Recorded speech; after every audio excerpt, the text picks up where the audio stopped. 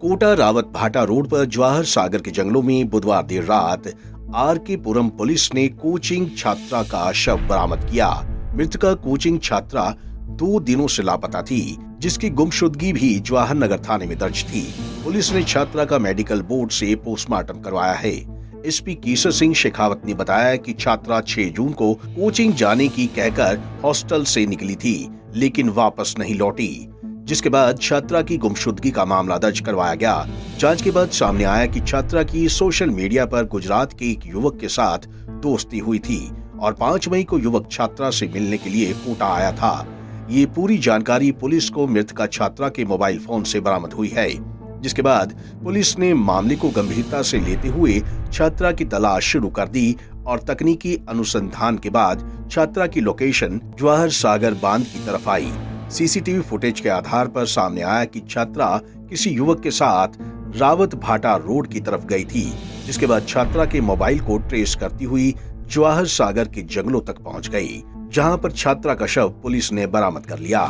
गुमशुदगी की मुकदमा दर्ज हुआ था 363 में, जिसके आधार पर तफ्तीश की जा रही थी और उसी आधार पर तफ्तीश करते करते हमने पाया कि एक मृतक शरीर हमें अपने जो जवाहर सागर डैम है उसके वहाँ पे मिला।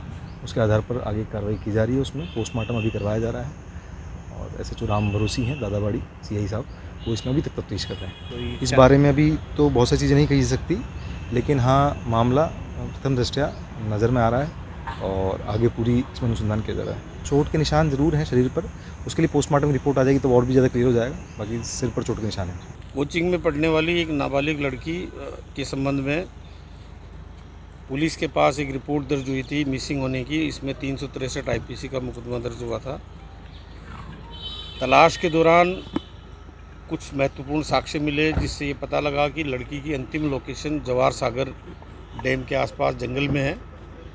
घटना की गंभीरता को देखते हुए पुलिस की काफ़ी टीमें इस काम में लगाई गई।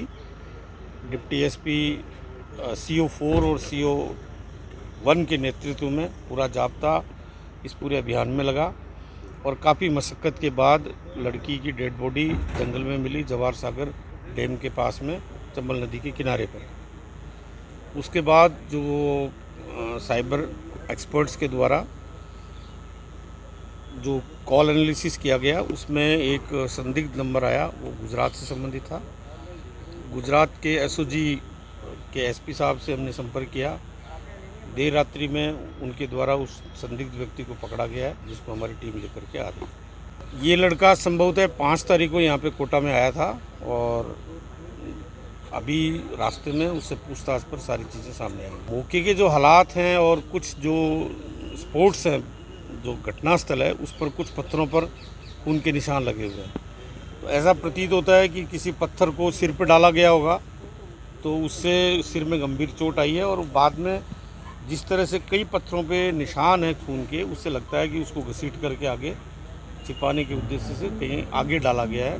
पुलिस का कहना है कि छात्रा के शव को जंगली जानवरों ने भी नुकसान पहुंचाया है और छात्रा के सिर पर चोट के निशान मिले हैं। वहीं पुलिस को मौके पर ही खून से सने पत्थर मिले।